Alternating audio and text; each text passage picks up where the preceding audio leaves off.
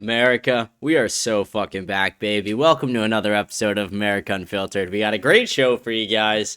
We have just one major topic I want to talk about tonight. I want to talk about America Fest. I want to talk about what happened there, the different speeches, the different breakout rooms, the different debates that were happening. And once again, Nick Fuentes was right. Nick Fuentes fucked Turning Point USA, and now it is filled with groypers, and that became very clear this weekend. I mean, everybody was pandering to the groypers. Everybody besides Ben Shapiro, who pretty much got laughed out of the fucking event. Ben Shapiro made an embarrassment of himself, and again, I think the downfall of Ben Shapiro is something we're all kind of celebrating a little bit. He taught us how to debate. He taught us critical thinking skills when we were younger. We watched his videos, we grew up watching him, only for us to come back and defeat him. The groypers are here, we're not going anywhere, and America Fest, it was filled with groypers. So, I want to talk about that today. It's going to be a fun show. Again, it's not going to be the longest show, it's not going to be the craziest show, but it will be a very fun one. I think America Fest was a pretty crazy event. I sadly was not able to make it this year, but I will be there next year.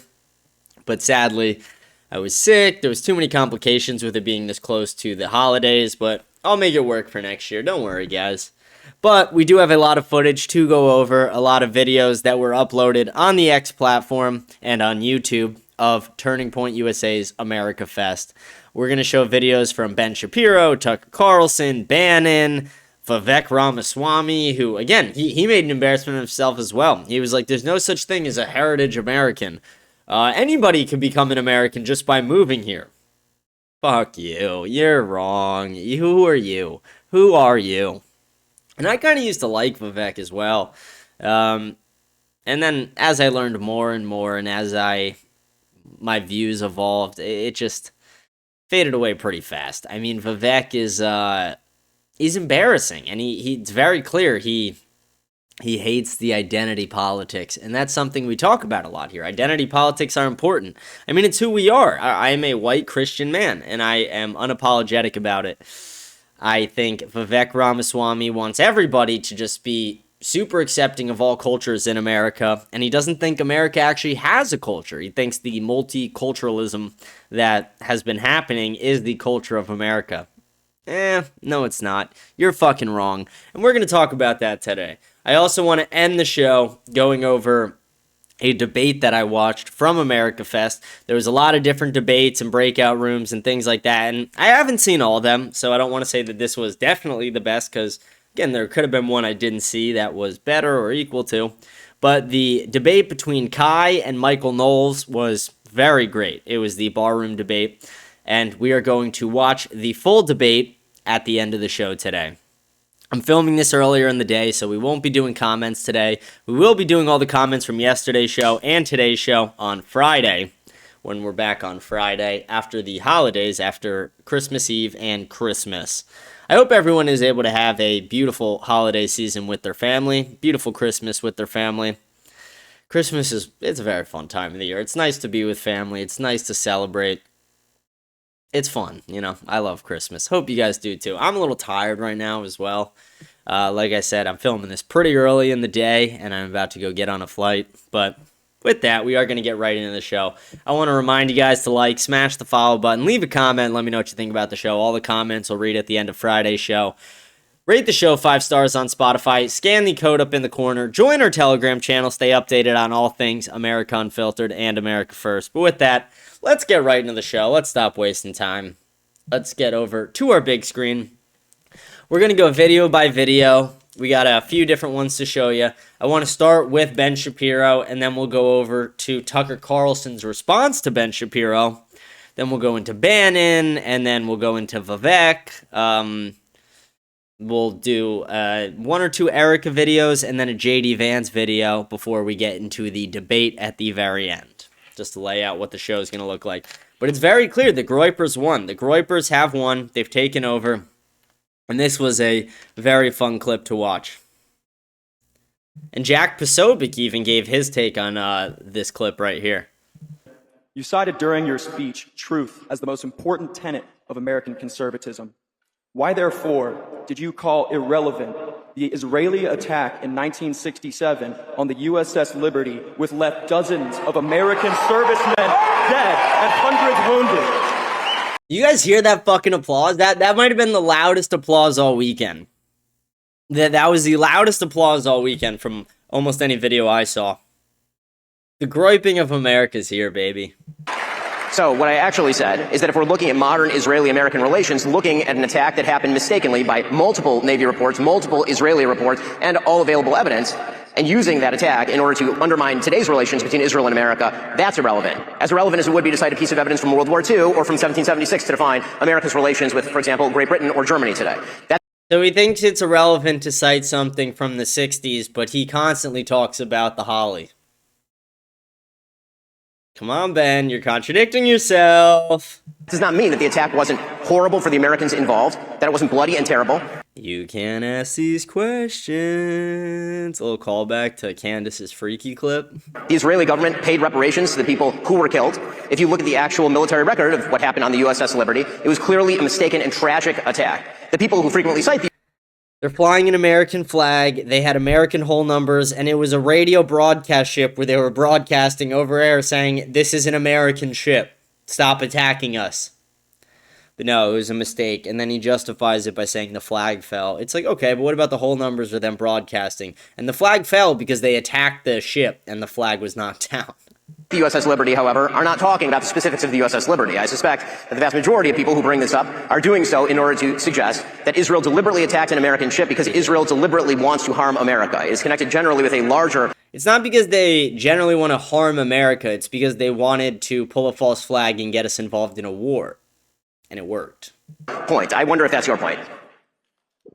If the truth matters, then the Israeli government must be held accountable for that attack. The American flag was flying on that ship. You do not mistake an American ship for a foreign one when our flag is flying. So, we can spend the rest of the time talking about the specifics of the U.S. Liberty attack, or you can actually go look at the naval investigations that were done, multiple naval investigations that were done.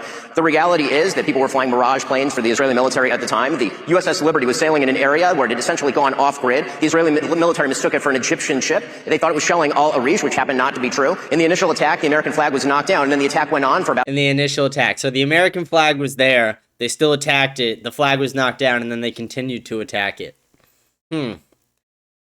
Why'd the initial attack happen?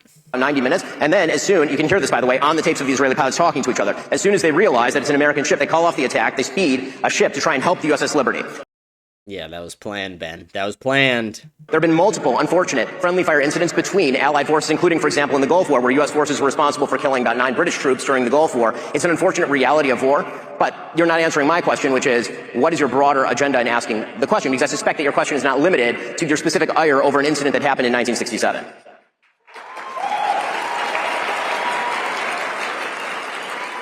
I think we should question any foreign country's relationship with our government. That's totally fine, but I'm just wondering why you serve American interests. Again, I'm perfectly fine with questioning any country's relationship with the United States. But again, I'm wondering what your motivation is in bringing up a 6-decade-old attack as though it is the #1 issue in assessing the relationship between Israel and the United States today. Well, many problems persist to this day, but it's interesting that you say 6-decade-old incident when there are many people in this audience who were alive for that attack, as if this is something that's irrelevant. Well, no, it's just not particularly relevant to assessing the relationship between the United States and Israel today, in the same way that in 1967, there are a wide variety of countries with which the United States had different relations. Okay, it's clear you're not going to actually answer the question, so I'm happy to move to this one. Yeah, Ben Shapiro got mogged by a fucking kid. And then here's what Jack Posobiec had to say, and then we'll go back to Shapiro. As Navy veterans, as anyone who serves in the Navy, you learn about, you study, and you realize that we live in a serious world. And it's something that a lot of people in the Navy feel that we never really got full accountability for. Still have a lot of questions about the Navy investigation that was done and the official statements that came out. A lot of people said, you know, just doesn't feel like it's good enough when you have a ship flying the U.S. flag that's being attacked by a country that you are nominally supposed to believe is an ally. But one interesting piece on this that I've also heard from Roger Stone goes like this. So if you look at it, Blake, when was the Gulf of Tonkin? Around, I think it was 63, 64? Yeah, 63, 64 was Gulf of Tonkin. Then you have USS Liberty, which comes in 67. And so the Gulf of Tonkin incident was a situation where the president at the time, LBJ, used this sort of like fake hoax to get the United States involved in the war in Vietnam by claiming a ship had been attacked. Roger Stone says that he's got evidence that it was LBJ was trying to do the exact same thing with the USS Liberty to try to get the US involved in that war as well, to turn around and claim that it wasn't Israel that attacked, but that it was Egypt that attacked. So I think that's an interesting case study, and it's something that I'd certainly like to look in a lot more myself. Yeah, Ben Shapiro wants to say it was nothing. Then Jack Posobiec's like, no, there's probably a false flag.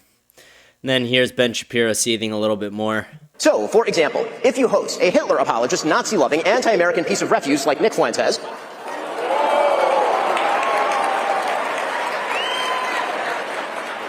you know, the Nick Fuentes who said that the Vice President of the United States is a, quote, fat gay race traitor married to a Jeet. The person who said that Charlie Kirk was a, quote, retarded idiot. The person who said, and pardon my language here, it's his quote, that he, quote, took Turning Point USA and fucked it, and that's why it's filled with groypers. Do you guys find it funny that he said Jeet just fine, but then he gets to the part where he has to say fuck, and he says, pardon my language. I'm going to say Jeet. It's fine, though. But pardon my language. Fuck. Like, that's crazy. That's kind of funny. But he's right. Nick fucked Turning Point USA, and now it's filled with groypers. He deposited right into Turning Point USA, and look where we're at. If you have that person on your show and you proceed to glaze him, you ought to own it. Glaze. He's trying to relate to the if you glaze him.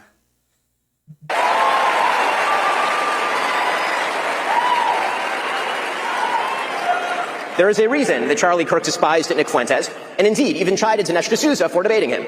He knew Yeah, because Charlie was taking money from Israel. That was documented. That Nick Fuentes is an evil troll, and that building him up is an act of moral imbecility. And that is precisely what Tucker Carlson did. He built Nick Fuentes up. And he ought to take responsibility for that. Just as he ought to take responsibility for blazing pornographer and alleged sex trafficker Andrew Tate, or for mainstreaming fake historian. Now he's shitting on Tate? Cobra? Come on. Don't make us send the army. Tate is a top G. And pseudo-Nazi apologist Daryl Cooper as America's best and most honest popular historian. Hosts are indeed responsible for the guests they choose and the questions they ask those guests.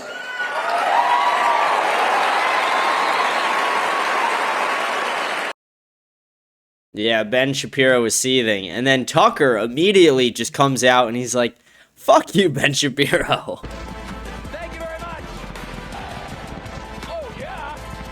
Thank you. Whoa. Thank you. Walking out is always such a trip at these things.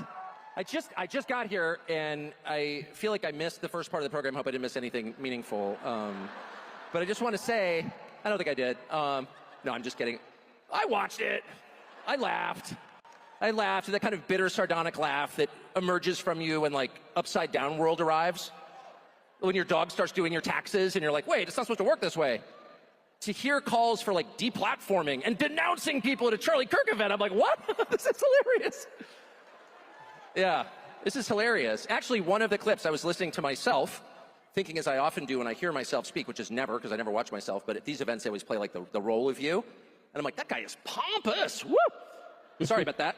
We don't see ourselves clearly. But the prediction that, you know, at some point when Republicans took power again, which I did everything I could, to help, and really felt that was important. I still think, I was right. But I really thought that the impulse to deplatform people, or even to use the word platform as a verb, which it's not, it's a noun, don't steal my nouns, deplatform and denounce. Why haven't you denounced somebody else? The whole, like, Red Guard cultural revolution thing that we so hated and feared on the left that we did everything we could to usher in a new time where you could have an actual debate. I mean, this kind of was the whole point of Charlie Kirk's public life. And I think that he died for it. I really believe that. And I know a lot about it because the last several months of Charlie's life were devoted in part to arguing about this event, in fact, this speech, in fact, my speech here, which he asked me to do earlier this year, this summer, and was immediately put under just immense pressure from people who give money to Turning Point, I would assume good people, but who wanted him to take me off the roster. And this has all become public, and the whole thing is so sad that I never talk about it, except to say Charlie stood firm in his often stated and deeply held belief that people should be able to debate, and that if you have something valid to say, if you're telling the truth, you ought to be able to explain it calmly and in detail to people who don't agree with you, and that you shouldn't immediately resort to shut up racist. Then we have another Tucker clip as well, where he talks about the Ben Shapiro speech a little more. To question your motives, actually. Why can't you answer the question? Why can't you answer that question? Why do you have to imply that some college kid is like some kind of Hitlerite or something because he's asking about an event? Like, what? By the way, it is okay to ask questions. And I thought that was like the whole reason we were against the left. They're not going to force you to get up there and make ritual denunciations because this isn't my religion, it's politics. By the way, your politics do not trump my love for other people. I remember my brother once said, to question your motives, actually. And then we're going to keep going on with the Tucker clips. Most people agree with that.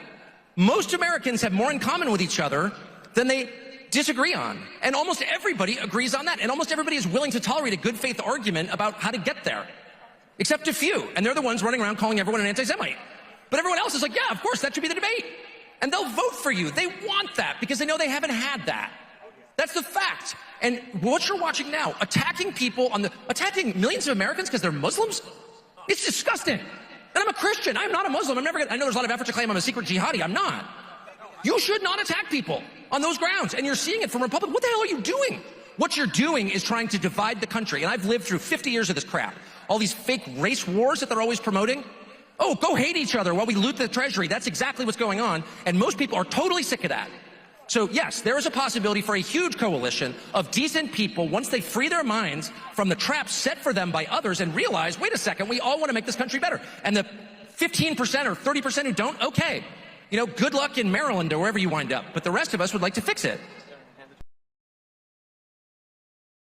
And then I think we just have one more Tucker video. Or was. My theology is super simple. I like the Beatitudes. Read them yesterday. I actually think, was it Michael reading them, some of them here? I think any honest person says it's the essence of the Christian faith.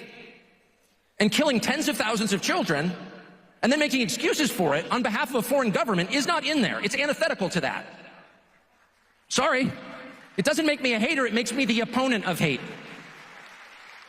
So now that I've alienated most in the crowd with my staunch position against violence, and power worship and money worship, which are also prohibited, and we should also keep that in mind, and in all of us is the desire to suck up to power and accumulate money we don't need. We're not allowed to. Sorry. Anyway, now that I made everyone mad, are there any questions that I can answer?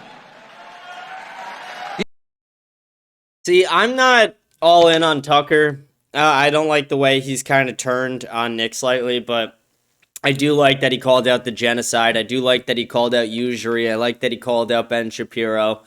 And his CIA connections are still kind of iffy, and we do have to question that, but I do appreciate that somebody at America Fest stood up for the America First Patriots. Even if they are pandering, I still think it's important that at an event of this magnitude that there is somebody who is going to speak for the America Firsters in the room. I mean, that room is full of groypers right now. A lot of people who dislike Israel, question Israel, criticize Israel, and that's a good thing. We need people to criticize foreign governments. We need people to give these governments shit when they take money from us or attack us or push us into wars we don't need to be in. So I think it's a really positive thing that the groyping of America and the groyping of Turning Point USA is happening. And I thought Bannon gave a good little speech there. I got a couple clips of Bannon that I want to show you guys too. Shapiro is like a cancer, and that cancer spreads. It's a cancer, and it metastasizes. He tried to take over Breitbart, and I ran him out of there. He tried to take over David Horowitz's, who was his mentor. Don't ask me. Ask the guys associated with David Horowitz what he did there. He tried to take that over. And mark my word, he will make a move on Turning Point because he's always been envious of Charlie Kirk. Shapiro is like a cancer, and that cancer... Shapiro is like a cancer, and he said he'll make a move on Turning Point. Sorry about that. And I like Bannon. I'm questioning him a little bit because there are photos of him and Epstein, and I do want answers to that, very obviously. I think anyone involved with Epstein, no matter what their policies are, we need to denounce. So hopefully we get more information on that, but I do think he gave a good speech at Turning Point, at America Fest, and this was another little snippet of his speech as well. And I want to make sure that we get something straight tonight. We have a partners discussion. And I want to say up front, if I hurt some feelings here, you can come and talk to me afterwards. This whole thing that's gone on the last couple of days, some of the comments tonight, this is not about, this specific incident is not about freedom of speech or platforming or deplatforming. They're all talking about that, and that's, people are saying hurtful things to each other. Tucker said the quiet part out loud. This is a proxy on 28. Now, I think it's way too early to be thinking about 28. But he's right about one thing. This is a proxy on an issue that's not freedom of speech and not are you going to get platformed or deplatformed. This is about a situation that Charlie Kirk was probably one of the most, if not the most important person in doing and accomplishing. And that is this concept of what I would call greater Israel and Israel first. Wow.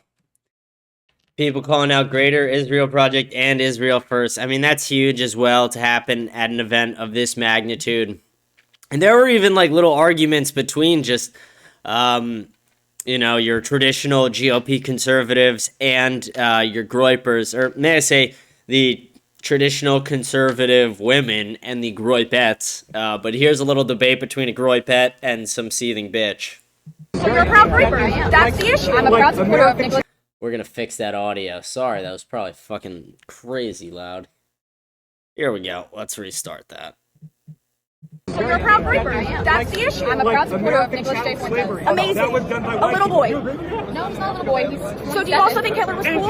And he was like a good guy? I mean, that is our base. Because he was very anti-Christian, very anti-Western civilization. Very anti-people's okay, but I think that is our base. But then you're saying the numbers of the Holocaust were... See, a good edit's a good edit. Like, I mean, they just don't get that. A good edit is a good edit. Not the real numbers. You never know. You've never been PI'd by Shem. There are 4 million. Okay. There are 4 million right now names. When did becoming historically illiterate become cool? Like, when did that become cool? You're a proud Groyper. That's the issue. She is a proud Groyper, a proud Groypet, may we say. I mean, that's awesome. We got Groypets literally holding the fucking line at AmFest for Nicholas J. Fuentes, which is awesome. We're going to keep going on with the show here. Let me get our next clip pulled up. There we go. I want to talk about this Vivek. I mean, Vivek was one of the most embarrassing speeches possibly of the entire weekend. People thought Ben Shapiro's was bad. Vivek literally got up there and was like, no, America doesn't have a culture. And I'll let you guys see it. It's fucking absurd. I have 2 Vivek clips I want to show you guys. And Ronald Reagan understood this. He famously said, you could go to Italy, but you would never be an Italian. Ronald Reagan move to Germany, sucked. but you would never be a German. You could pack your bags and live the rest of your life in China or Japan. You would never be Chinese or Japanese. But you can come from any one of those countries to the United States of America, and you can still be an American. So long as you pledge allegiance to the ideals in that flag. So long as you work hard. Nope. You play by the rules. You make your contributions. Obtain your citizenship. You are every bit an American as somebody who descended from the Mayflower.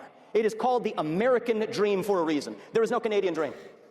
James Fishback said this when I met him, and I found it to be a good comparison to this, actually. But we used to repeat the Matt Walsh talking point, what is a woman? And liberals would say a woman is someone who identifies as a woman. That's basically what he's doing here. It's like, what's an American? American is someone who identifies as American. No, that's not true. American is somebody who actually fits into the culture, European descent usually. American is somebody who is with founding stock in this country. I mean, Vivek, you couldn't be more wrong. Could not be more wrong. There's no British dream. It sounds kind of goofy to say it. There's no Chinese dream. Okay, it is the American dream that makes American exceptionalism possible. And the answer of what it means to be a conservative, this is what it's up to. The American dream is being born in this fucking country, your parents being born in this country, having kids and having a house, not a fucking anchor baby like you coming into my country and taking jobs and spots in schools. No, that's not the American dream, Vivek. Go the fuck home. Just answer. It is a fork in the road for the future of the conservative movement right now. What does it mean to be a conservative? It means we conserve those ideals that define our country. And now is a moment, a time for choosing in the future of our conservative movement. Yeah, you sound like a dumb bitch. About criticizing the woke left. Now let me get to the harder part. There's a different vision of American identity that's emergent in certain corridors of the online right. And it says that your identity as an American is based on your lineage. That how long you have been in the country, your lineage and your genetics tied to the blood and soil of the country determines how American you are. It is the idea of a heritage American. Oh, yeah. It says the truest form of an American is somebody who is a descendant of the American Revolution period or before. And I will tell you, this idea of the heritage American, we ought to have this discussion. It's becoming more popular. I think the idea of a heritage American is about as loony as anything the woke left has actually put up. There is no American who is more American than somebody else. The American quality, it's not like the left, they believe in this non-binary stuff. There's no non-binary American. It is binary. Either you're an American or you're not. And you think about it, I could prove this to you. Thank you. I'll take some applause. No, that's not true. Some people are just here taking up space. On that. If you really believe in this idea, think about where it leads you. It leads you to believe that Donald Trump is less of an American than Joe Biden because Donald Trump's mother was an immigrant and his grandfather was an immigrant. That doesn't make any sense. It leads you to believe that somehow Bernie Sanders is more of an American than Senator Bernie Moreno from my home state, an America First patriot, because Bernie Moreno was a naturalized citizen from Colombia. It makes you think that Marco Rubio, our great Secretary of Yeah, he's not a real American. State, is somehow less of an American than Elizabeth Warren because she's a Native American, which we all know, right? Doesn't make any sense. No, a Native American is someone like me. I am native to the land of America. You are not, Vivek. Go the fuck home. It's loony. It's crazy talk. Go home. It makes you believe that somehow I am less of an American than the transgender criminal who assassinated Charlie Kirk. We refuse to accept that. Actually, the idea that a heritage American is any more American than another American is un-American at its core. And I will fight to the very end for that because that's what it means to be an American. We believe in ideals. That is who we are. Yeah, no. Fuck off. Alright, we're going to get to our last couple videos. I have 2 JD Vance videos and this one Erica Kirk video. It seems pretty clear that they've already decided JD Vance 2028 is who they want. And I'm not for Vance. I think there's too many connections with Silicon Valley, Palantir, Peter Thiel, corruption with the Israel lobby. But we're gonna watch these videos. This is Erica Kirk saying she wants to get J.D. Vance elected as the 48th president. For both 2026 and 2028, we're investing in states and not just in races. So what I mean by that is we are building the red wall, Arizona, Nevada, New Hampshire. That's going to be very important to us. We're going to ensure that President Trump has Congress for all 4 years. Probably not going to happen. We are going to get my husband's friend, J.D. Vance, elected for 48 and the most resounding way possible. Yeah, that's definitely not going to happen. For both 2026 and 2028, we're investing.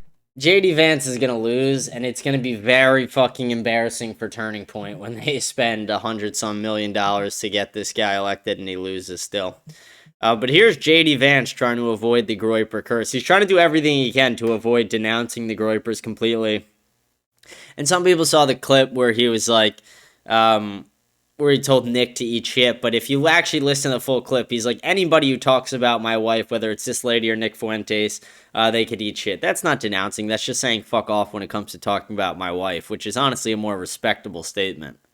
Side of you, I mean all of you, each and every one.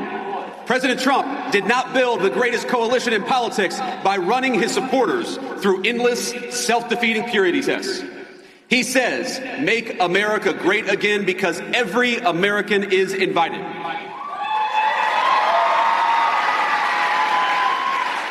We don't care if you're white or black, rich or poor, young or old, rural or urban, controversial or a little bit boring or somewhere in between. People of every faith come to our banner because they know that the America First movement will make their lives better, and they also know that the Democrats don't care about anything other than maybe transing their kids.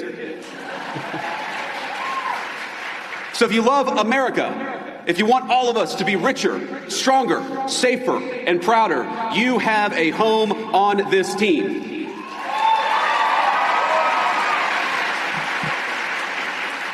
I didn't bring a list of conservatives to denounce or to deplatform, and I don't really care if some people out there, I'm sure we'll have the fake news media, denounce me after this speech. But let me just say, the best way to honor Charlie is that none of us here should be doing something after Charlie's death that he himself refused to do in life. He invited all of us here.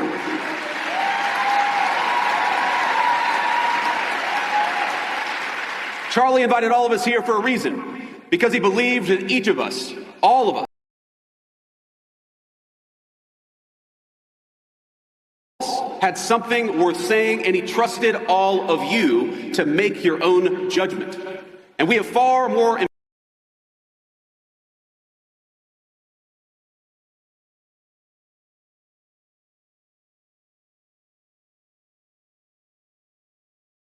I didn't realize I still have my mic muted from when I coughed. My bad. But that was Vance trying to not denounce the Groypers, kind of sidestepping things a little bit. But he did say that Nick Fuentes is not allowed at Turning Point events. This video right here, though, this I actually kind of liked a bit. But just because Vance says something base doesn't mean we're like in on Vance. Like I said, there's too many red flags right now. But I want to say something here. The only thing that has truly served as an anchor of the United States of America is that we have been, and by the grace of God, we always will be, a Christian nation. Christ is king. You hear that, Fidel? This is a Christian nation. Ben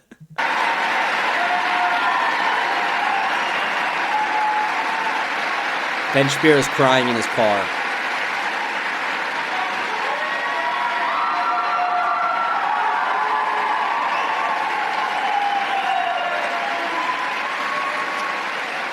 Now, I want to be explicit because, of course, the fake news media will twist everything that I say. I'm not saying you feel about them the same way I do. I'm not saying you have to be a Christian to be an American. I'm saying something simpler and truer. Christianity is America's creed. The shared moral language from the Revolution to the Civil War and beyond. Across that history, our country's major debates have always centered on how we could best as a people please God. That creed, think about it. That creed motivated our understanding of natural law and rights, our sense of duty to one's neighbor, the conviction that the strong must protect the weak, and the belief in individual conscience. Even our famously American idea of religious liberty is a Christian concept. Because we're all creatures of God, we must respect each individual. This is a Christian nation. What a way to end the event. I mean, that was a good little speech by Vance there at the end. He got high praise for his speech there. We're going to get this last video up. The last video is the debate, the full debate between Kai and Michael Knowles.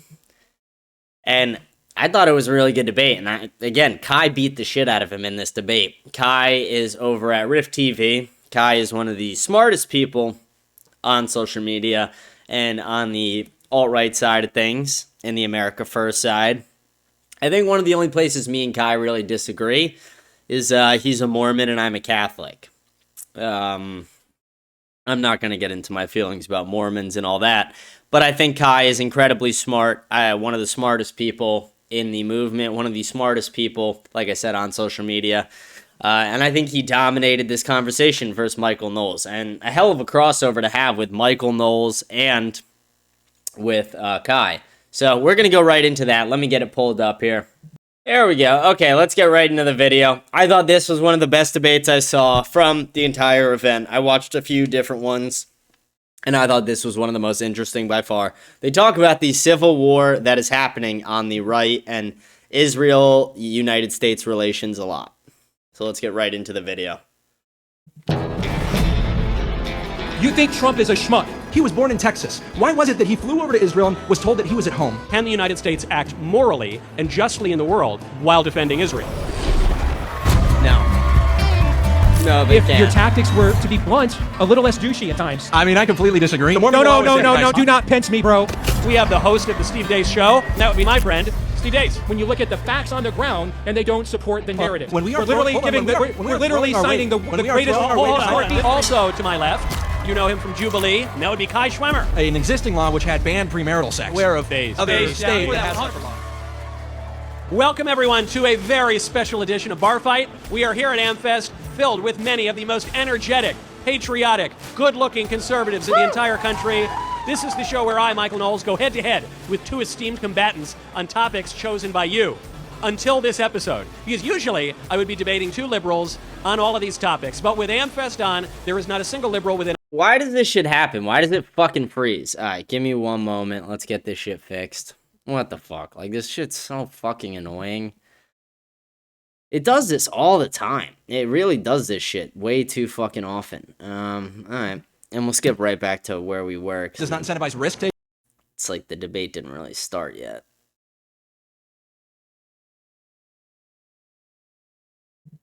All right. Getting it pulled up here. Just turning the captions off, and we're back. What a crazy freeze frame. Until this episode, because usually I would be debating two liberals on all of these topics, but with AmFest on, there is not a single liberal within 150 miles of Phoenix, and yet there is probably more debating going on at AmFest this year than at any other event in the country, left, right, or center, because the American right finds itself in the midst of a civil war. A battle for the future of the conservative movement. A battle between the old right and the new right. The boomers and the zoomers and the millennials and Gen X. Debates over foreign policy, economic policy, migration, everything in the middle. To my left, we have the host of the Steve Deace Show, author of A Nefarious Plot, and a Gen X conservative par excellence. I already gave away his name. That would be my friend, Steve Deace. Thank you, brother. Appreciate it. Good to see you. You bet. Also to my left, you know him from Jubilee, a man young enough to be my son if I had had a child at 13. That would be Kai Schwemmer.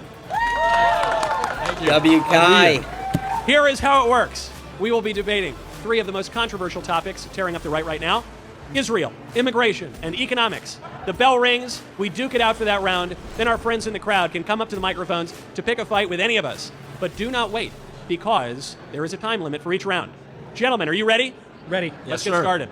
Okay. Round one. Okay, round one. Our first topic. The claim is America should support the state of Israel. I'll let you Steve, you want to take it? 100%. America should support the state of Israel. And I'm not going to give you any boomer-era evangelical slogans. I'm not going to take Genesis 12:3 completely out of historical Christian context to appease John Nelson Darby and the dispensationalist of the 1860s. I'm just going to look at history, Mike. I mean, for 1,300 years, we had no nation of Israel, but we had Islam. This idea that our relationship with Israel is inciting Islam is an ignorant view of history, because for the 1,300 years we had Islam and no Israel. Islam just came after Christendom instead. If anything, the nation of Israel is a deflector shield. It's acting as a cudgel. It's redirecting some of the Islamic energy that historically has been targeted at the West and Christendom, and it's targeted at them as well. And then I'll add one more point. What would Trump's negotiating leverage be with countries like Saudi Arabia to get them to the table if there were no Jewish state to threaten them with? If there were no Jewish state to say, you know what, if you guys don't want to come to the table, I guess we'll give Israel all the weapon systems we haven't given them yet, just to make the fight even. It gives Trump a crucial bargaining chip to make some of the deals in the Middle East that you have seen. And so I think the case is closed. Now, it's not an absolute. We put our own interests first. But I think the case is closed before we even talk about the Bible or eschatology. Kai. Yeah, I mean, I completely disagree. I think, look, we have this unconditional support that we are providing Israel, and I don't think that they are, one of our vassals, and we're being able to, use them as this force for our geopolitical aims. What I see is that Israel is consistently undermining even the efforts of President Trump to establish peace in the region, so much that when you have the vice president, the man one heartbeat away from the presidency, in Israel, there's a vote held regarding something that President Trump has already said is absolutely off the table, the annexation of the West Bank. That is absolutely undermining the United States authority, what the stated position of the president is, and I also think that Israel knows they can use U.S. support, which has been largely unconditional, in order to involve us in foreign conflicts where we don't have to be. Look at the Iran conflict. Israel knows they were not going to be able to destroy nuclear enrichment sites in Iran if it were not for the help of the United States. They bet on it, and they abused their relationship with the United States. They knew when they attacked Iran, because again, they attacked Iran first. They knew when they attacked Iran that they could never destroy the facilities under Fordo, Natanz, the stuff deep underground. They would need the United States bunker buster bombs. Only the United States had the ability to get there. So they did it knowing that Big Brother USA would back them up no matter what. To draw us in. And, God bless, I hope that conflict does not endure any longer. I hope it is not started back up, but I think that is a sleeping giant. And I think Israel's counting on our involvement because they see our relationship with them as unconditional. I think that the events of what actually transpired in June, with all due respect, contradict everything that he just said.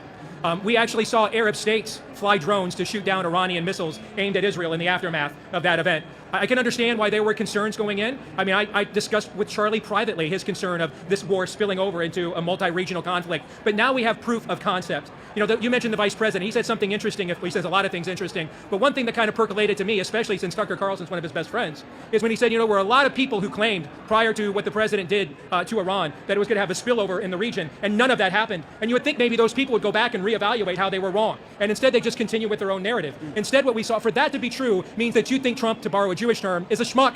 That means that you think that Israel is the one pimping Trump and the tail wags the dog. Reality is, if Israel had done that event had done the operation against Iran that it did, and it sucked, you know what Trump would have said? I'm not wasting any of my political capital on that. You're on your own. But because the op that they did was precise and devastating, he was willing to do what he said, which was essentially provide the winning blow. And notice, we are arguing way more about this than the Arab world is. Have you noticed this, Michael? The American right is arguing, has way more consternation about Gaza than what they do in Saudi Arabia, Egypt, Jordan. Why is that? And it makes you kind of think that maybe there's another agenda at work here when you look at the facts on the ground and they don't support the narrative. Steve, I think if I could tell you exactly why we're talking about this so much, it's because our unconditional support for Israel is undermining our position as a moral and just actor on the world stage. When we are we're literally signing the greatest. Not only is Kai about to dismantle him intellectually, Kai is just mogging on this stage. Disagreements we ever have, ever. This is a very important point, and I notice it's a shift. So right out the gate, Steve, you knocked down what I think is the caricature argument of the pro-Israel side and the weakest argument. Namely, you know, the Bible tells us we need to be slaves to the nation state of Israel, and it's our religious duty or whatever. And you say, put that aside, I'm only speaking in nuts and bolts American interest, and made a good argument. Now, you made your side of that argument, but now you're shifting it again into a moral question. Can the United States act morally and justly in the world while defending Israel? Well, go ahead. I think then rather than shift, I'd actually like to stick, Steve, to what you were saying. I think that absolutely the United States does things that are not in the United States' interest, but are actually more so an extension of what the policy that Zionists in the United States and also the state of Israel would encourage, and that is anti-Semitism laws, cracking down on hate speech, and even making illegal the burning of a flag. What flag was that? It was the Israeli flag, even prior to the illegality, through executive order passed by President Trump, of the burning of the American flag. Why do we have that idea in our politics that it is okay to pass laws only first if they are in defense of a foreign nation? And to the point, by the way, that we're assembled around this war in the right wing, here's the question. There is a conflict in the right wing concerning support for Israel. We have one side that is saying, I will not support the right wing if it continues this posture with the relationship to a foreign nation. Now, I see those people as people who want to prioritize American interests, but you have a second party that says that I will retreat from the Republican Party. I will even demolish it if it stops supporting a foreign nation. Now, which one of those two voices do you think is more concerned with what's best for America? Let's go. The one that's going to break the coalition for a foreign country's best interest, or the one that's trying to preserve this country's best interest?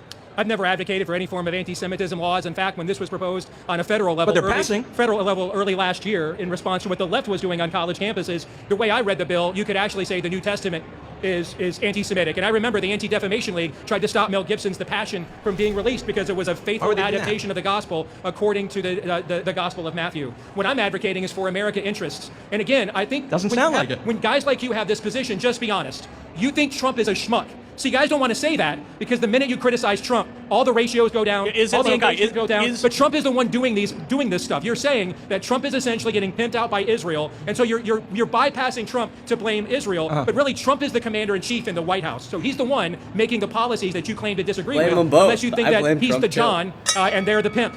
You get to respond. I appreciate that. Well, I think you're a little bit right. I think we do look like schmucks when we allow spies who are Navy intelligence agents in the United States, like Jonathan Pollard, to meet with the foreign ambassador to Israel. And then when we have Carolyn Levitt say that the president stands with his foreign ambassador, I think we do look like schmucks to let a spy who was selling secrets to a foreign government come onto our soil. He was born in Texas. Why was it that he flew over to Israel and was told that he was at home? Let's go. I think that does sound like there are foreign interests that come before our own here in America. Okay. Now we open it up to questions or comments or concerns. I have all of them. All right, if Christianity is going to outlive this moment right now, where there is like a surge of interest in Christianity, is the future Roman Catholic or is it Protestant? And what about Mormons? Hold on. That's not Christianity at all. I don't know about not the same team. Different team. Okay, but is there more that Protestants need to steal from Catholics, or more that the Catholics need to go back and relearn from the Reformation? Well, you guys got to come over to the Catholic side. That's what's got to happen. Listen, I love the Reformation because it gave us the Counter-Reformation. So I do have an answer to this, and it's not my own. It comes from Alexis de Tocqueville, who, as far as I'm concerned, is the greatest analyst ever of American democracy, wrote Democracy in America. And in a little quoted but important observation in Volume 2 of Democracy in America, Tocqueville makes this shocking prediction. He says, yeah, America is a Protestant country, it looks like it, but over time, it's going to go one of two ways. It's going to go atheist or it's going to go Catholic, both of which would have seemed absurd at the time. And his argument was that America is a democracy, and in democracies, people hate authority, so they want to get rid of religion. But if they're going to keep religion, they want it to be a uniform religion, a universal religion that applies equally to all, and there the answer would be the Catholic Church. So he predicted a bunch of Catholics in America. And I might have called him crazy even 15 years ago. I'm seeing a lot of people swim the Tiber, is all I'm saying. That's all I'm saying. Gentlemen? I think America needs to be a biblical nation. I think that ultimately the Word of God is the rock upon which Western civilization was built. And I think that what you're seeing right now, and I think this started with Charlie, I think this is confirmed by Charlie's memorial. What you saw was the Holy Spirit bypass the ecclesiastical structure. It essentially gave up corporately on much of the church that had become weak, flaccid, watered down, guys in perpetual Hawaiian shirts and skinny jeans and sweater vests. And we're not interested in combating the spirit of the age, claiming to be seeker-friendly. It's funny how all the seekers were always in these really posh suburbs where everybody makes hundreds of thousands of dollars and can write all kinds of tithe checks. You know who was really seeker-friendly? Charlie was. Charlie went where the actual seekers were. And what Charlie proved ultimately is that the word does not return void. And I think ultimately it is the word of God that is perfect. It's the only perfect thing on the earth. It is the word of God that remains. Movements come and fall. Sects come and fall. You see theological fads come and go. The word of God is the constant. And I think ultimately your culture is either built on the word of Christ or chaos. Well, if I could add, I'm in for the LDS side here. I was going to say, yeah, the Church of Jesus Christ of Latter-day Saints, I think, is a very big underdog in this fight.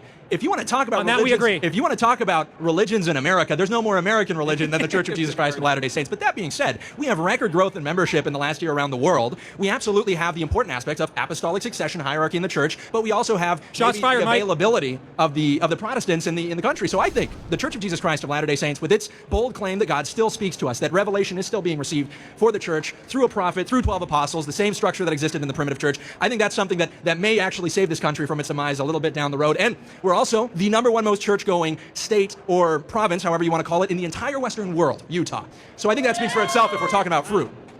It is a very American religion. That is at least absolutely true. Okay, next. All right, as your resident Reformed Baptist representing and an abortion abolitionist, I would like to ask you guys, first of all, I hold the controversial view that it should be illegal for everyone to murder anyone. It's crazy, right? That's nuts. So my question would be, well, before I ask the question, after 50 years of an overturning Roe and the Dobbs decision, we continue to see abortion numbers skyrocket through the means of mail appeal. And in all 50 states, it's perfectly legal for mothers to self-manage abortions, right? So the question is, should preborn children have equal protection under the law from all who would intentionally conspire to terminate their life, or should we give provisions to mothers to have freedom to execute their children? 100% preborn children should have every last, going back to the 5th Amendment, the 14th Amendment has its as predicate that language. No person shall be denied life, liberty, or property without due process of law. I mean, I was one of the pioneers of the personhood movement a decade ago. So 100% I believe in the personhood of the unborn child. I do think you're making these are kind of your classic abolitionist talking points. I'll say that you guys are going to win the argument because the mainstream pro-life movement is rudderless and lacks direction and had no post-Roe plan. So you're going to win because you guys actually have a vision to victory. The challenge that you guys are going to have is what kind of collateral damage are you going to cause on your way to your victory? Because you guys, and I say this, man, as a pugilist, okay?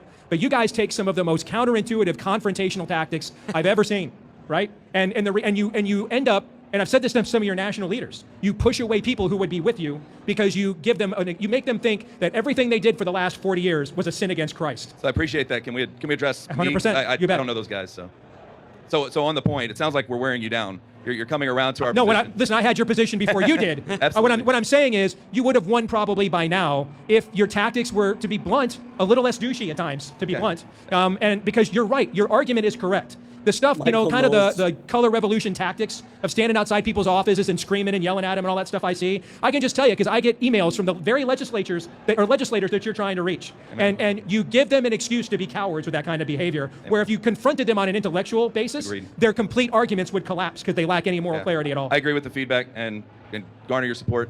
How about from the LDS and the Catholic?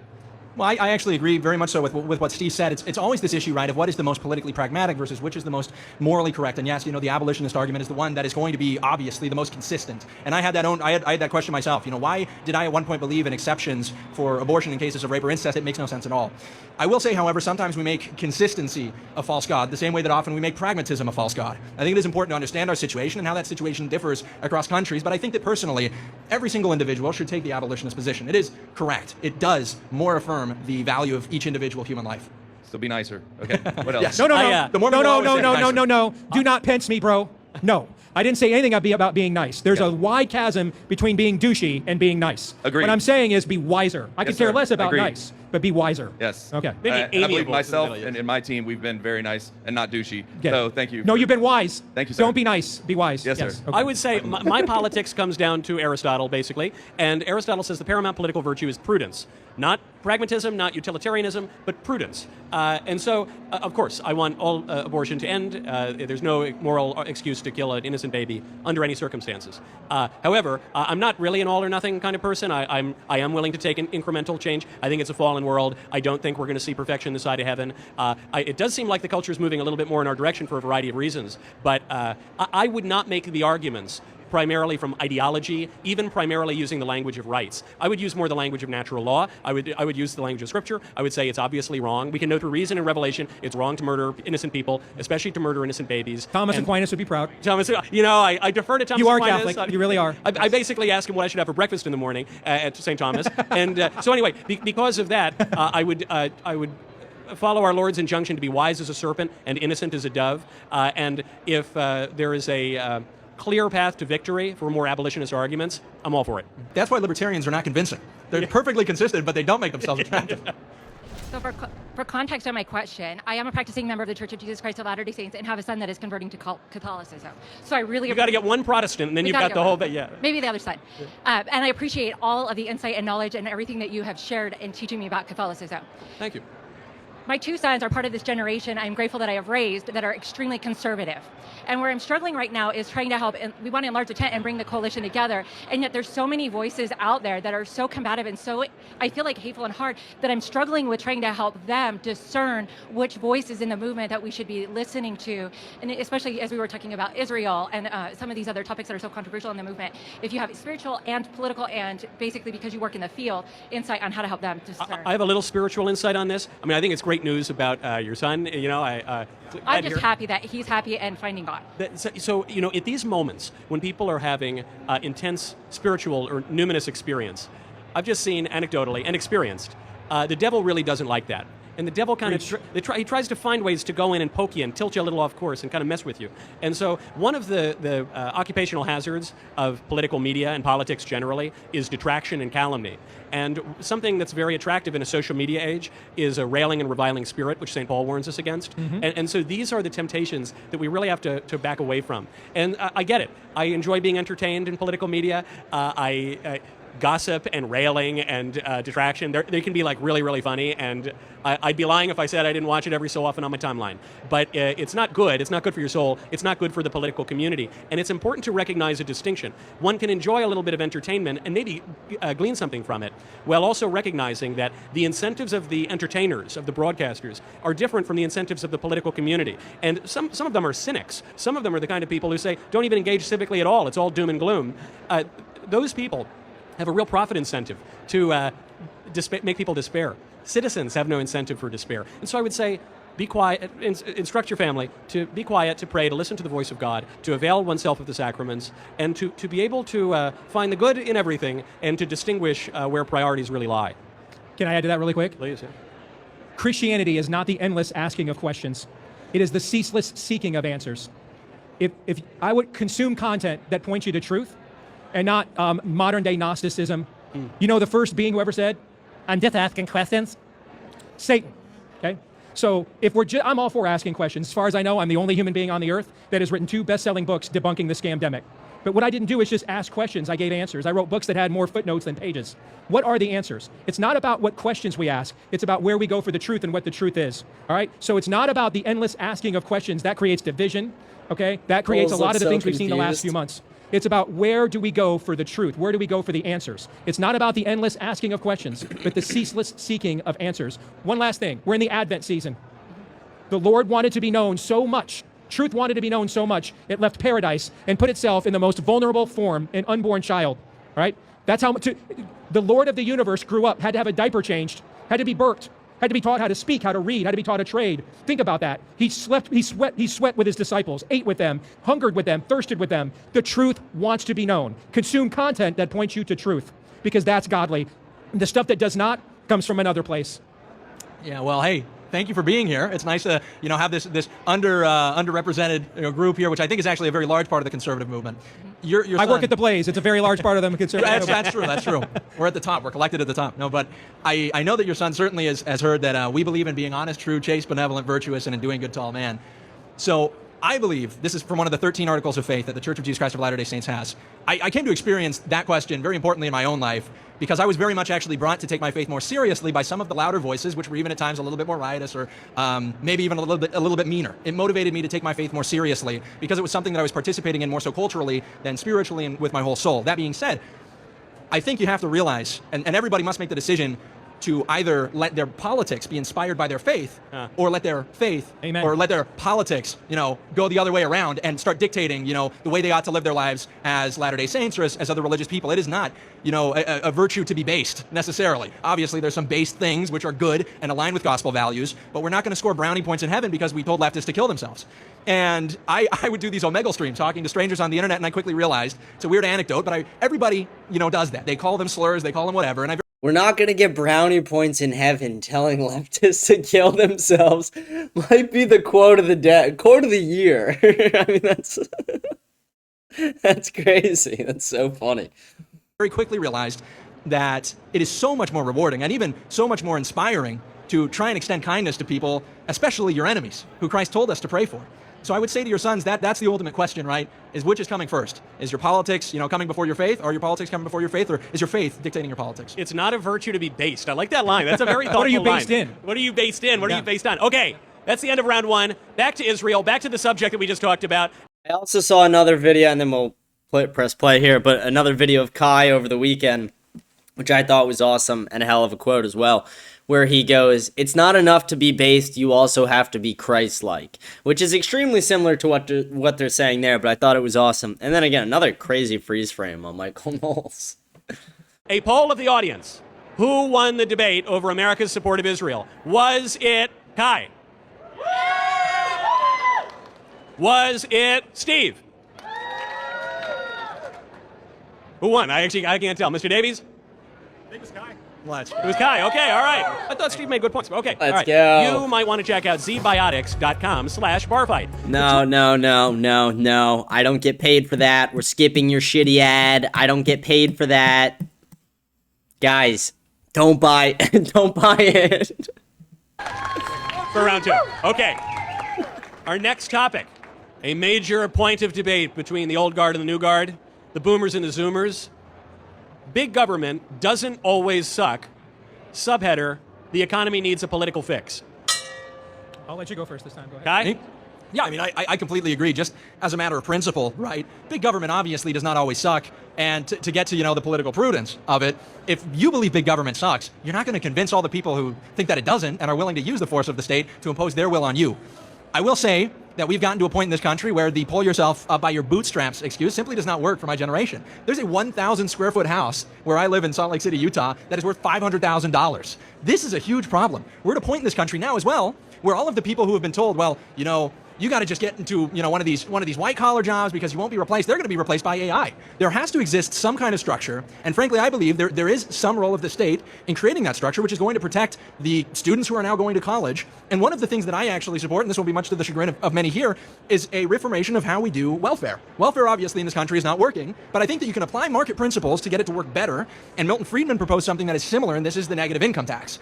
In practice, however, the negative income tax does not actually incentivize business creation. It does not incentivize risk-taking, family growth.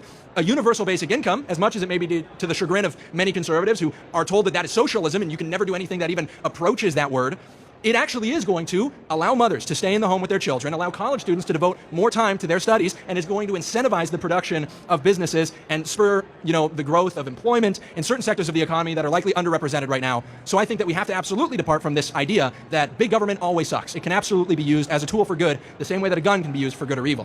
We're not arguing to get rid of the gun. I don't disagree with the first half of his answer. And a lot of times big government is defined by, is government doing what you want it to do or not? Is often how it is defined, right? But the solution is where this is going to break down. The reality is doing universal basic income is just boomerism on steroids. It's essentially the New Deal, the welfare state, 90 days, same as cash, 6 months, no interest, all the same stuff your parents and grandparents did to bankrupt y'all. We're just going to go ahead and put it on steroids. I mean, ultimately, you have to have here's what stipulated. Your economic theorem must in practicum line up with human nature. You just have to, we have to deal, you said this is a fallen world. We have to deal with the realities of human nature. The first people who ever really founded America were the Puritans. And when they landed here, they read Acts 2 and they thought, well, they shared everything in common. We should do the exact same thing. I mean, who's going to be more likely than the sola scriptura Puritans who believed they were elected before the foundations of the world, all right, for salvation by grace alone, lest any man would boast. If there was ever a people who out of just pure altruism would do production and would create a society just out of altruistic means, it would certainly be these people, correct? Oh, certainly. Well, what happened is, because I wrote a best-selling book on this subject, I know it very well. What ended up happening is in the first 2 years, half of them died. Dude, stop promoting your book. Half of them died, starvation. The young men did not want to work for the old men who couldn't work anymore. The young wives, and then they got bitter that their wives were not tending to them, but to the old men in their homes, and they turned on each other. And then this guy, John Winthrop, he did this thing where he read this parable of the talents. And he said, oh, wow, I mean, so actually, if we demand multiplication and excellence, if we incentivize excellence, we're going to get more of something. So they changed their economic theory. They gave the plots of land based on the size of the clan, like the 12 tribes of Israel. And then if you wanted more than that, whoever produced the highest yield of harvest for the next fall was given more land. To whom much is given, much is required, right? And so what ended up happening was the birth of capitalism and the birth of what we know as America. Now, the problem we have with capitalism today is it looks a lot like what Chesterton once said about Christianity. Rarely witnessed and almost never tried. Much of what's been done for the last generation is corporate whoring masquerading as capitalism. And so now we're in this position, and I say this to my conventional, traditional conservatives, the folks like me who graduated from the Limbaugh Institute of Advanced Conservative Studies and have our official diploma from the Milton Friedman Economic Institute. We have to live in reality. Government has screwed this culture economically. And much of our previous republic, what you said earlier about making sure our faith is the basis for our politics, not the other way around, we lied to this generation and said that what we were doing with too big to fail, and when George W. Bush said, I have to suspend free market principles to save the free market, we lied to this generation and told them, because we got to beat the Democrats, don't you know? And so we lied, and we told them that was capitalism. And now that they're of age, they cannot afford a home. We have the highest median age of new home buyers ever at 41. You have all the right laments, all the right complaints. I even agree it's going to take government to some degree to undo the mess it made, starting with mass deportations, an immigration moratorium, and a closed border. Get rid of everybody the Biden regime allowed into the country in the last 5 years. That would bring literally the cost of everything down, strictly from a supply and demand standpoint. But I promise you, if we go down the road of things like UBI, you're going to end up, and this reminds me of a debate I had with the Occupy Wall Street guy in Wichita, Kansas 10 years ago. And he said many of the same things. And when he was laying all these complaints at what the Republican Party has falsely smeared as capitalism, when it was really corporatism and whoring, I just kept agreeing and agreeing and agreeing and agreeing. It blew his mind. And so he's like, well, when are we going to disagree? I said, probably when we get to the solutions. And so all the preamble and the first act of everything you said, brother, chapter and verse, we are singing from the same hymnal, all right? But when we get to solutions, I promise you, just deciding, you know what, the boomers did just the tip, so let's go for the full conception. I promise you, it will reverb on you badly. Why? Because you're going against human nature. We have to incentivize excellence. The answer to undo what was done in the previous generation is not a bigger welfare state or one that redistributes the wealth in my favor. I promise you it won't work. It goes against the created order. It goes against what the creator intended. He's embedded in his creation. We're in this position because we violated the created order. We just did it for corporations, all right? We actually have to align our economics with human nature and the created order. Okay, so the debate, I guess, sort of became capitalism based or cringe. And so you agree on the premises. Steve, your point is mass migration has... I'll just finish laying out so you can all decide who you want to vote for. Mass migration has caused rentals to go up 2/3, has caused food prices to go up, welfare has caused food prices to go way, way up. I'm sorry about just the tip. We're at a bar, but so I thought it was okay. All right, sorry about that. And then, Kai, your point is, so Steve, your argument is, yeah, right now the economy is rough. We need more capitalism. Yep. Kai, your answer is no. We need to put more guardrails on capitalism and the solution. I would like to try capitalism. I'd like to try it. And Kai's is, yeah, sure, mass deportations are great, but we also need a further political solution. constitution to condition capitalism. Give me UBI. Okay, keep that in mind for when you cheer later. Now we turn to the microphone. Yes, sir. So, sorry to kind of redirect a little bit. I know it's not quite on topic. As a Gen Zer myself, a lot of my generation is going very libertarian. I don't like that. Yeah. Also, as a Bible-believing dirty Protestant, I believe that definitionally, marriage is between a man and a woman for the procreation and rearing of children. I think we can mostly agree with that. Yeah. My follow-up question to that is it worth the political capital to reinstate the definition of marriage in the United States as between a man and a woman, or do we continue to be pragmatic, and to allow people to be married between two men and two women, or is it worth the political capital to try to go against that? Yeah, I don't think it's going to cost political capital within 5 to 10 years. I agree completely. You've already seen support for so-called same-sex marriage collapse. Yep. It's now down to 53%, and it's in free fall. The reason for that is that the sexual revolution... I think that is true. I think they'll overturn it as well in the next 15 years. Was taken to its extreme in transgenderism and transing the kids. So as the logic from feminism... I remember saying that. I remember having an argument with, I have conservative and liberal grandparents, and I remember having the argument with my more liberal grandparents. And this was right when they made gay marriage legal. And I remember saying it's going to be a slippery slope to the point where people are changing their genders and, like, all this other stuff is going to be happening. And they were like, that's fake. That's not real. Is it real now? I'm not trying to shit talk my grandpa. But, like, come on, it's real. It's real. It was a slippery slope.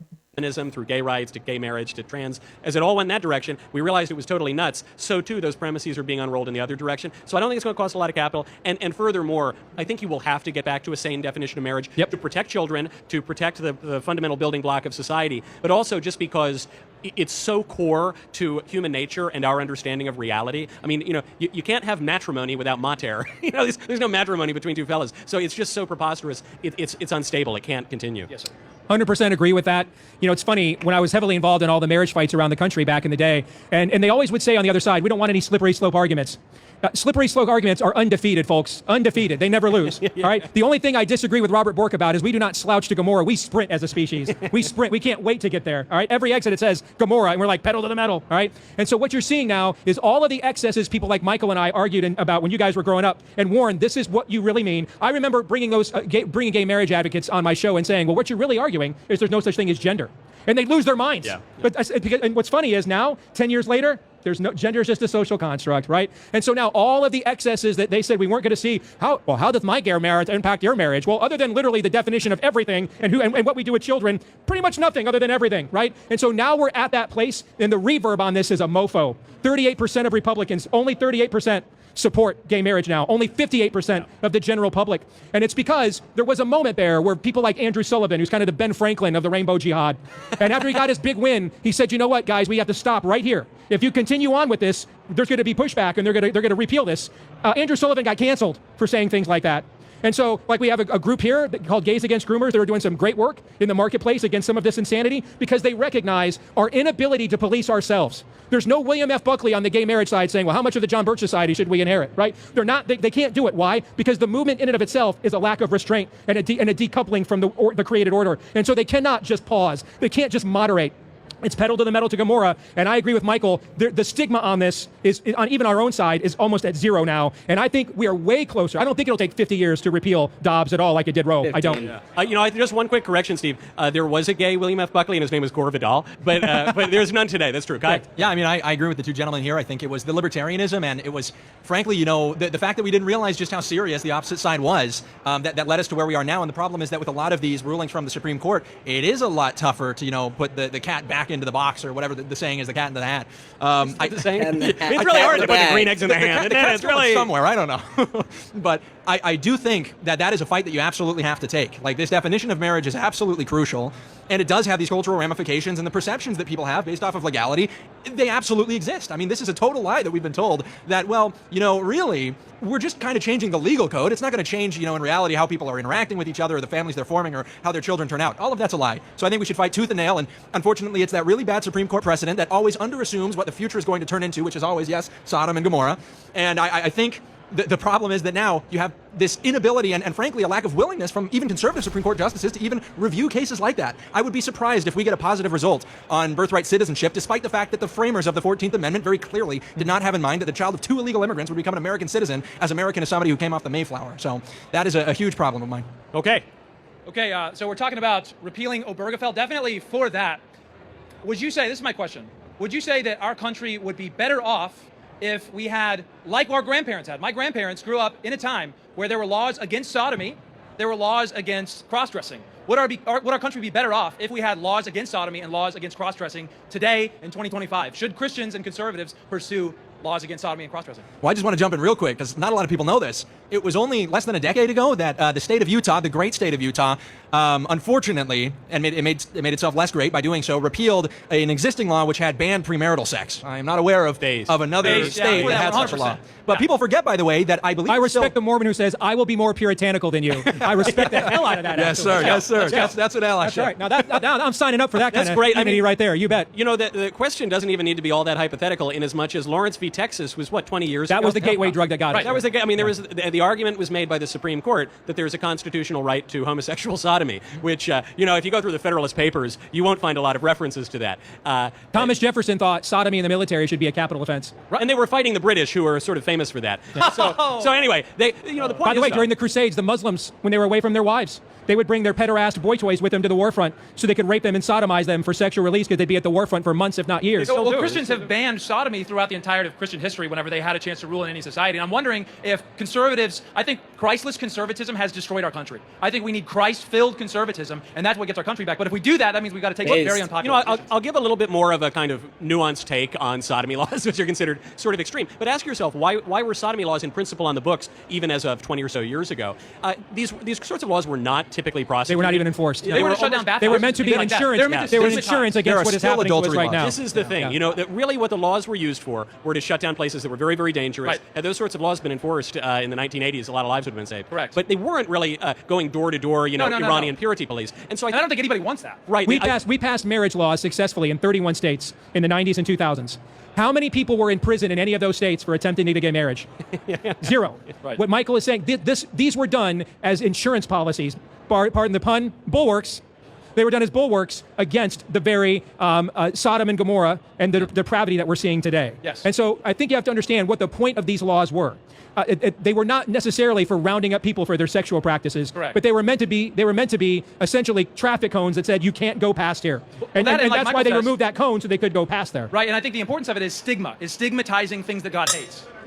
All right. Standards and norms. Okay. All right. Right on it. Okay, folks.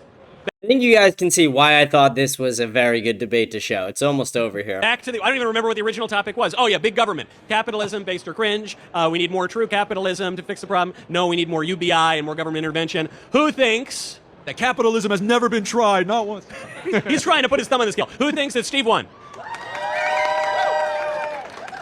Who thinks that Kai won? I'll take Steve with a knockout. They all sound like ties to me. Okay, all right, we'll give it to Steve. Okay, now. There's no time. There's no time. We got to get to this. It sounded louder for Kai in my ear. Maybe I'm wrong, though. I'm going to tease it. I don't care. I'm going to tease the issue, and then everyone can boo you for shutting down a great topic. And a way more interesting one than claim two. The claim is we need to stop the demographic transformation of America. Yes. All right, we have total agreement. 100%. What is everyone? Who thinks won that battle? Well, he said yes, and he also said yes. We won. Okay. Well, typically nobody wins a bar fight, and there are only losers. We're not really in a bar, even though they somehow found booze to give me. We're at a convention center. So maybe someone can win. Maybe someone can tie. It sounds like the first round went to Kai, the second round went to Steve, the third round we didn't even debate, and we all won that one. Who lost today? You're not cheering for the winner, you're cheering for the loser. Who lost? Was it Kai? I'm sensing a lot of Kai support. Was it Steve? And you are aware, I know it was confusing. I said, that was the cheer is he lost. Let's go. All right, I guess Steve lost. I thought Steve had a lot of good arguments. Gentlemen, thank you all for coming on the show. Thank you all for being here. And see you. Again, another crazy freeze. Every time I pause it on this fucking guy, it's just crazy. But that was the debate. I thought that was an interesting one. That was worth showing you guys. I thought it was the one of the better debates of the entire weekend that I saw from the little breakout areas. AmFest seemed to have been a success for Turning Point. I don't necessarily stand with Turning Point, but I do like that they brought millions of young Americans back to the church. I do like that the groyping of Turning Point USA is here and is happening. I do think it's only going to continue, and it's going to probably become a bigger issue for them down the line, and their donors specifically, who definitely don't like it, and Ben Shapiro as well. But yeah, with that, we're going to be signing off for our show. I'm not going to be doing a show tomorrow on Wednesday or the next day on Thursday, Christmas Eve and Christmas. I want everyone to have a beautiful Christmas with their families. I will pray for all of you guys. I will pray for all your families. I'll pray that you have a beautiful, beautiful holiday and day off with your families. If you are working on either of the days, just know I still will be praying for you. And I want to thank you for your service. Not necessarily like military service unless you're doing military work. But you guys get what I mean. They are the, to go back to like a COVID term, the necessary workers. But yeah, I want to pray for everybody. If anybody is celebrating the Christmas holiday without a loved one, if they've lost a loved one, remember to take some time this holiday season to pray for them, think about them, share some time with your family to spread stories about them. I will pray for all of you. I'll pray for all of your families. I'll pray for all of America. Remember, this is a season for forgiveness. This is a season for love. This is a season to be kind to everybody. Don't go to Christmas trying to red pill your parents. Don't go to Christmas trying to, groip everybody. Don't go to Christmas trying to convince everyone of your views or push them in a direction they're not willing to or ready to go to. Just be there present with your family. Celebrate Jesus Christ. Christ is King. Celebrate that we have a beautiful country that we are in the process of fixing. Celebrate that, above everything, we all are Americans. Celebrate that the return to Christianity is happening. But celebrate your family over everything else. That is what is truly important when it comes to the Christmas season. With that, I am going to sign off. I won't see you guys tomorrow or Thursday, but I will be back on most likely Friday, possibly Saturday, but most likely we're going to do something on Friday. But I am going to sign off today. I hope you guys do have a blessed day, a blessed night. I hope you guys have a Merry Christmas. I hope Santa is good to you guys. And again, please remember to pray to your Lord and Savior, Jesus Christ. Christ is King. This is a holiday for Christ over everything else. And if you're a Catholic, if you're a Christian, remember to attend Mass on Christmas. It's very important, and I know sometimes it's hard to get away from family, especially if your family doesn't necessarily have the same religious views as you. But remember to go to Mass on Thursday. Remember to go to Mass and pray to the Lord and Savior, Jesus Christ. With that, thank you guys so much. Merry Christmas, and I will see you guys all again on Friday. Thank you.